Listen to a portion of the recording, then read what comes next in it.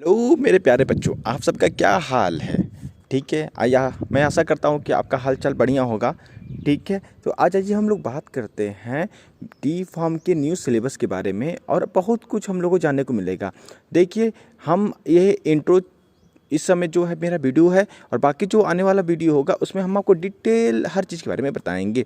तो घबराने की कोई बात नहीं है, आपको एक एक चीज़ जानने को मिलेगा और एक एक चीज़ समझने को मिलेगा। तो मेरे प्यारे बच्चों, तो आइए हम लोग समझते हैं। और सबसे पहले आपका स्वागत है मेडिस्यूटिकल एजुकेशन में। तो इसमें जो है आपको एजुकेशन मिलेगा फार्मेसी रिलेटेड, और वो भी फ्री, जिसमें कि आप जो है अपने नॉलेज को अपडेट कर पाएंगे और अपने सिलेबस को कवर कर पाएंगे। तो आइए स्टार्ट करते हैं और देखते हैं इसमें क्या है क्या चीज़ नहीं है। तो देखिए बच्चों, यहाँ पर आप देखते हैं फार्मेसी काउंसिल ऑफ इंडिया 23 सितंबर 2021 का जो है आपके सामने नोटिफिकेशन दिया गया है। इस नोटिफिकेशन में बहुत कुछ बताया गया है। देखिए प्यारे बच्चों, आप जब 11th में हैं, कोई 12 में होगा, कोई बच्चों डी फार्म कर रहा होगा। ठीक है, तो डिप्लोमा इन फार्मेसी क्यों करना है, ठीक है, डिप्लोमा में क्या है, डिप्लोमा क्यों ज़रूरी है, ये सब चीज़ों के बारे में भी आपको अध्ययन करना बहुत ही ज़रूरी होता है। बहुत सारे ऐसे बच्चे होते हैं जो डिप्लोमा करने आ जाते हैं, पर उनका मतलब होता है मेडिकल शॉप खोलना। ठीक है, बहुत सारे बच्चे ऐसे होते हैं जिनका गवर्नमेंट जॉब भी पाना होता है। तो अलग अलग सबका दिया गया है और अलग अलग सबका काम है। तो हम यहाँ पे बात कर रहे हैं कि आखिर क्या इसमें चेंजिंग की गई है, क्योंकि 30 साल बाद जो है ये चेंजिंग आई है। 1991 के बाद जो है ये सिलेबस चेंज किया गया है। तो हमारे सामने ये सब चीज़ें दी गई हैं। ठीक है, तो पॉइंट के ऊपर बात करते हैं और जानने की कोशिश करते हैं कि इसमें क्या चेंजिंग की गई है और क्या आपको पढ़ना है और क्या जो है आपको समझना है, कैसे आपको पेशेंट की काउंसलिंग करनी है। ठीक है, मान लीजिए आपका फार्मेसी है, आप किसी हॉस्पिटल में काम करते हो, तो वहाँ पे पेशेंट से क्या होगा, आपको पेशेंट की काउंसलिंग करनी पड़ती है। ठीक है, ये बहुत ही रिस्पेक्टेड जॉब होती है। ठीक है, आई एम ए फार्मासिस्ट। ठीक है, तो बच्चों आइए आज हम लोग इसको आसान भाषा में समझते हैं। सबसे पहले क्या है इसमें, हम लोग ये देखते हैं। देखिए बच्चों, ये education regulation 2020 for diploma course in pharmacy. ठीक है, तो इसमें जो है लाया गया है फार्मेसी काउंसिल ऑफ इंडिया के द्वारा, और आपको बहुत कुछ इसमें जानने को मिलता है। देखिए बच्चों, यहाँ पर देखिए, तो आपको सबसे पहले कंटेंट देखते हैं। ये सब चीज़ें जो हैं आपको देखने को मिल जाती हैं। देखिए यहाँ पे preamble competency of the Indian diploma, ठीक है, holders competency mapping with the जो course first second third part है इसका। ठीक है, ऐसे आपको देखने को मिल जाता है। ठीक है, तो यहाँ सब चीज़ें आपके लायक है, आप पढ़ लीजिएगा इसको। मैं आपको पॉइंट जो इम्पोर्टेंट उसके बारे में समझाने की कोशिश करूँगा। ठीक है, तो यहाँ पे देखिए बच्चों, यहाँ पे competencies for the Indian diploma holder. तो यहाँ पर सबसे पहले एजुकेशन रेगुलेशन में क्या चेंजिंग की गई थी इसके बारे में देखते हैं, और आपको क्या क्या आपके काम होते हैं। देखिए प्यारे बच्चों, तो यहाँ पर आप देखिए, तो रिव्यू प्रिस्क्रिप्शन, डिस्पेंस प्रिस्क्रिप्शन। ठीक है, मैं यहाँ पर टिक कर देता हूँ। ठीक है, review prescription, dispense prescription, non prescription medication, providing patient counselling education, hospital and community pharmacy education, proficiency of on drug, entrepreneurship and leadership, delivery primary and preventive health care, professional ethics and legal practice, continuing professional development. तो बच्चों, आपको इतना I hope समझ में आ गया होगा जो मैं आपको बताना चाहता था। अब इसके ऊपर देखिए बच्चों, इसमें और क्या देखने को हमको मिलता है। तो यहाँ पर हम देखते हैं रिव्यू प्रिस्क्रिप्शन। तो बच्चों, यदि आप 10+2 में हैं तो आपको प्रिस्क्रिप्शन के बारे में पता नहीं होगा, पर आप ज़रूर ना ज़रूर डॉक्टर के पास गए होंगे। जब डॉक्टर के पास गए होंगे, कुछ ना कुछ दर्द हुआ होगा, ठीक है, या किसी के घर में किसी को दर्द हुआ होगा, या किसी को दर्द ही क्या कुछ बुखार हुआ होगा, तो डॉक्टर जो है जिस पर्चे पे लिखता है उसको प्रिस्क्रिप्शन कहते हैं। जिस पर्चे पे दवाई लिखी जाती है, ठीक है, तो वो प्रिस्क्रिप्शन होता है पूरा। तो प्रिस्क्रिप्शन को आप देखते हैं तो उसमें आपका क्या रोल होता है। तो वो पर्चा जो होता है डॉक्टर लिख देता है, तो वो पर्चा जो है मेडिकल शॉप मतलब कि फार्मेसी पे जाता है। ठीक है, और वहाँ पे जो है एक रजिस्टर्ड फार्मासिस्ट होता है जो भविष्य में आप बनेंगे। ठीक है, तो वो पर्चा जो है पढ़ता है और उसको पढ़ने के बाद जो है पेशेंट को वो दवाई देता है। तो इसमें रिव्यू का मतलब क्या है, ठीक है, यहाँ पे देखिए रिव्यू लिखा हुआ है। रिव्यू, व्यू मतलब होता है देखना, रिव्यू मतलब होता है दोबारा देखना, ठीक है। तो रिव्यू प्रिस्क्रिप्शन तो होता है द स्टूडेंट, ठीक है guys, the student should be receive and handle prescription in a professional manner, ठीक है, and able to check the there है कंप्लीटनेस एंड करेक्टनेस। जो हमारा प्रिस्क्रिप्शन है जो कि डॉक्टर के द्वारा दिया गया है वो क्या है, कंप्लीट है और करेक्ट है कि नहीं है, ठीक है। अभी आपको आगे समझ में आएगा इसका मतलब। Also the prescriber should be, मतलब कि डॉक्टर के बारे में बात कर रहा है। Also prescriber should be contacted for any clarification and correction in the prescription with suggestion if any. तो देखिए आप जो है उस पर्चे को, दवाओं के पर्चे प्रिस्क्रिप्शन को लेंगे और फिर उसको रिव्यू करेंगे कि इसमें सब चीज़ सही तो है, सब दवाई जो लिखी गई है वो सभी साल्ट तो सही हैं। मान लीजिए कि कोई भी साल्ट, मान लीजिए कि आप जो है डॉक्टर ने कोई ब्रांडेड दवा लिखा है, मान लीजिए डोलो, ठीक है, डोलो लिखा है और आपके पास 650 mg का 500 mg का डोलो नहीं है, उसकी जगह कालपोल है, दूसरी ब्रांड है, तो आप जो है कालपोल उसको देंगे, ठीक है, कोई दिक्कत नहीं है उसमें। यदि आपको लगता है सजेशन का तो डॉक्टर को फ़ोन करके पूछ लेंगे कि डॉक्टर साहब मैं क्या इसकी जगह कालपोल दे सकता हूँ, यदि मरीज सर्टिफाइड नहीं हो सकता है, या फिर यहाँ पे कुछ mg में गलत दिख गया हो तो आप उसको भी रिव्यू कर सकते हैं, ठीक है। आपको कुछ समझ ना आ रहा हो तो डॉक्टर से भी पता सकते, तो रिव्यू है, आप करेक्ट डोज दीजिए, ठीक है, कोई गलत डोज मत दीजिए। तो यहाँ रिव्यू करना है प्रिस्क्रिप्शन का, जिसमें आपको करेक्टनेस देखनी है, ठीक है। अब देखिए आपको धीरे धीरे इसको चीज़ को डिटेल में आगे आएगा, आपको एक एक चीज़ बताया जाएगा फिर कैसे रिव्यू प्रिस्क्रिप्शन करते हैं। नेक्स्ट है आपका dispense prescription non prescription medicine, ठीक है। तो देखिए बच्चों यहाँ पर जो आपको दिया हुआ है प्रिस्क्रिप्शन में दवाएं जो होती हैं दो तरीके की लिखी होती हैं। जब आप फार्मेसी के लॉ एथिक्स पढ़ेंगे तो वहाँ पे आपको पढ़ाया जाएगा कि जो ड्रग्स होती हैं उनको कई शेड्यूल्स में बांटे गए हैं, उनका मैन्युफैक्चरिंग से लेकर डिस्पेंसिंग लेकर सब शेड्यूल में बटे हुए हैं। जो डॉक्टर के द्वारा दी जाती हैं वो शेड्यूल एच और शेड्यूल एक्स की मेडिसिन होती हैं, जो बिना डॉक्टर के प्रिस्क्रिप्शन के नहीं दी जा सकती, ठीक है बच्चों। यदि आपके पास कोई भी पर्चा हो तो उसको खुला तुरंत देखिए कि ये डॉक्टर ने कौन सी दवा दी थी, और उसके बाद जो है आपके घर में जितनी भी दवाइयाँ रखी हुई हैं उसको उठा के देखिए किसके पीछे शेड्यूल एच और शेड्यूल एक्स लिखा है। आपको समझ में आ जाएगा कि कौन सा शेड्यूल एच की दवा है, शेड्यूल एक्स की दवा है, मतलब कि ये जो है डॉक्टर के द्वारा लिखी हुई पर्ची होनी चाहिए। दूसरा एक होता है आपका नॉन प्रिस्क्रिप्शन ड्रग, जो कि OTC मेडिसिन होती है, over the counter drug. Over the counter drug के बारे में आपको क्या बताऊं, आपने कभी ना कभी तो खाया होगा, कभी ना कभी तो लगाया होगा, कभी ना कभी तो पिया होगा मतलब सिरप पिया होगा, ठीक है। तो OTC मेडिसिन में आप जैसे कि पैरासीटामोल की गोली खाते हो बुखार में, जो कि 500 mg, ठीक है, 650 mg, ठीक है, इस mg की आती है। बच्चों में भी आती है, जो बच्चों में आती है कमेंट बॉक्स में करना कितने mg की होती है, सभी लोग कमेंट करेंगे, ठीक है। तो ये सब चीज़ mg की आती है, ये OTC मेडिसिन होती है। तो ये जो है आप इसको भी विदाउट पर्चे के भी डिस्पेंस कर सकते हो।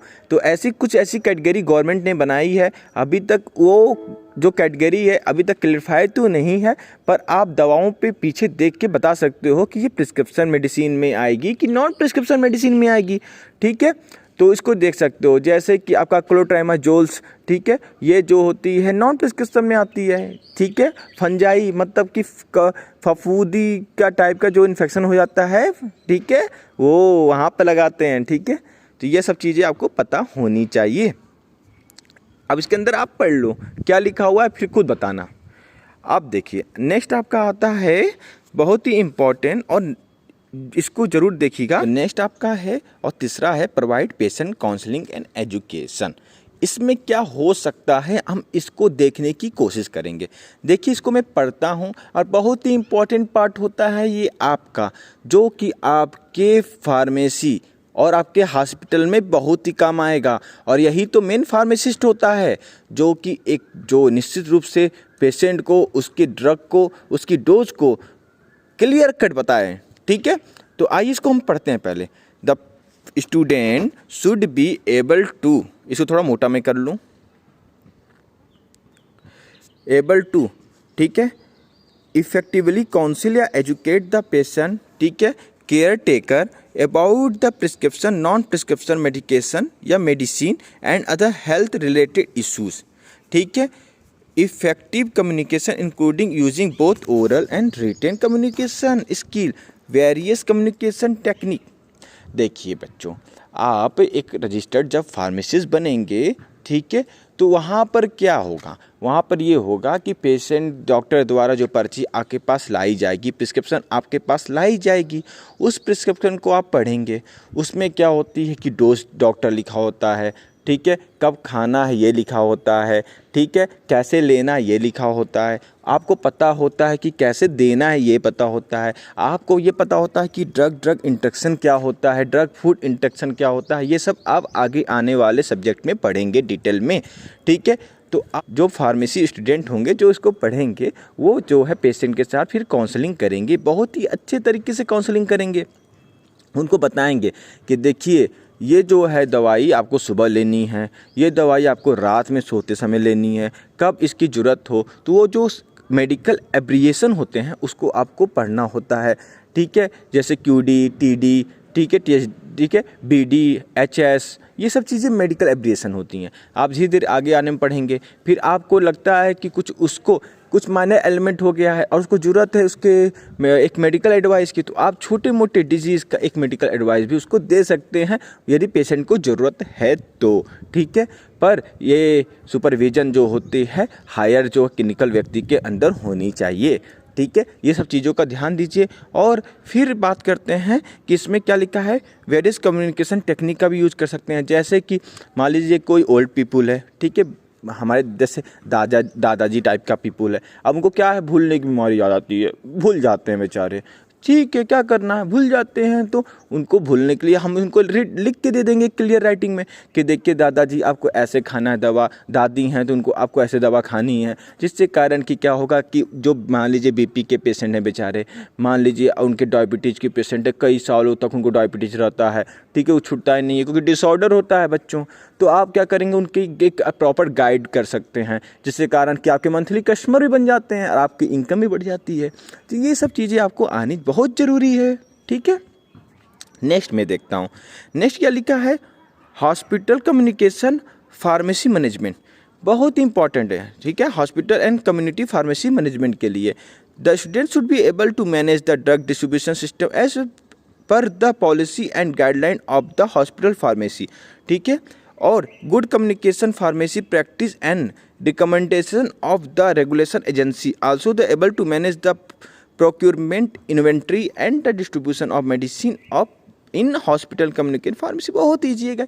देखिए मैं आपको एक मोटा मोटा समझा देता हूँ। ये आप हॉस्पिटल में हो, ठीक है, अब हॉस्पिटल में हो तो वहाँ पर क्या होगा, या आपकी खुद की फार्मेसी में काम कर रहे हो तो वहाँ पर क्या होगा, वहाँ पे ये होगा कि आपको ऐसे इन्वेंट्री कंट्रोल करने होते हैं, बफर स्टॉक रखना होता है, जिससे कारण कि पेशेंट को उसको मिल सके। जैसे मैं छोटा सा आपको एग्जांपल दे रहा हूँ, आपको समझ में आ जाएगा। ठीक है, आगे ये पूरा डिटेल में आपका है, पूरा डिटेल में है, पूरा मैं आपको एक एक चीज़ बताऊंगा, पर यहाँ हम छोटा सा बता दे रहा हूँ जैसे कि आपको तुरंत समझ में आ जाए। ठीक है, नए नया हो तो आपको तुरंत समझ में आ जाएगा। जैसे कि आपके मान लो कि आपको कोई सामान खरीदना है, ठीक है, वो बहुत ही बिकता है, बहुत ही बिकता है, तो आप क्या करोगे, वो सामान बहुत ज़्यादा अपने पास रखोगे ना, क्योंकि बिकता बहुत ज़्यादा है। ठीक है, उसको बहुत लोग खरीदने वाले भी हैं। अब कुछ ऐसे सामान होते हैं जो बहुत कम बिकते हैं, उनको कम खरीदने वाले होते हैं, और कुछ ऐसे सामान होते हैं उससे भी कम बिकते हैं, उसको बहुत कम खरीदने वाले होते हैं। ठीक है, तो उसके अकॉर्डिंग जो हम सामान रखते हैं। ठीक है, जैसे कि मैं बात करूँगा आपको दवा की दुकान पे आइए, क्योंकि आप दवा की दुकान मतलब कि अपनी फार्मेसी खोलेंगे या आप हॉस्पिटल में काम करेंगे, तो वहाँ पर क्या होगा, देखिए आप क्या करेंगे, एक ऐसे ड्रग्स रखेंगे, ऐसी मेडिसिन रखेंगे जो बहुत ज़्यादा बिकते हो, जैसे कॉमन कोल्ड की मेडिसिन, जैसे कि बुखार की दवा, ये सब चीज़ें जो है सब चीज़ बना के रखे रहेंगे। फिर दूसरा होगा जो कि एसेंशियल मेडिसिन होते हैं वो बना के रखे रहेंगे आप। फिर जो होते हैं इमरजेंसी मेडिसिन जो तुरंत चाहिए उसका एक बफर स्टॉक भी बना के रखेंगे, उसकी कमी ना हो। कोई मान लीजिए कोई इमरजेंसी में कोई आया कि आपसे कहा कि फार्मेसी साहब आप ड्रग दीजिए, मुझे ज़रूरत है, और आपके पास दवा नहीं होगी तो आप कैसे देंगे। तो इस सब का जो आपको ख्याल रखना पड़ेगा कि कितने जो है उस एरिया में कितने पेशेंट हैं, कौन सा हॉस्पिटल अटैच है, कौन सा डॉक्टर उस एरिया में रहता है, बच्चों का डॉक्टर है कि क्या नाम है गायनो के डॉक्टर है, तो कौन सा डॉक्टर वहाँ ज़्यादा रहता है उस एरिया में, और कौन उस चीज़ का दवा भी हम अपने यहाँ मैनेजमेंट करके रखे रहेंगे। तो आपको समझ में आ रहा होगा ये सब मैनेजमेंट इस सब के अंदर ही आता है, और इसको हम लोग डिटेल में आगे पढ़ेंगे। ठीक है, एक्सपर्टाइज ऑन मेडिकेशन। ठीक है, इसका क्या मतलब है? The student should be able to provide expert opinion on medication to health care professional, जैसे कि नर्स हो गई, फिजिशियन हो गया, ठीक है, डेंटिस्ट हो गया, पैरामेडिक्स हो गया, on safe and effective medication use, relevant policy procedure based on available evidence. ठीक है, तो आपका ये एक्सपर्टाइज ऑन मेडिकेशन पे होना चाहिए। फिर है proficiency of pharmaceutical formulation. The student should be able to describe the chemistry, characteristic, type, merits, demerits of both the drug and excipient used in the pharmaceutical formulation based on her knowledge and scientific research।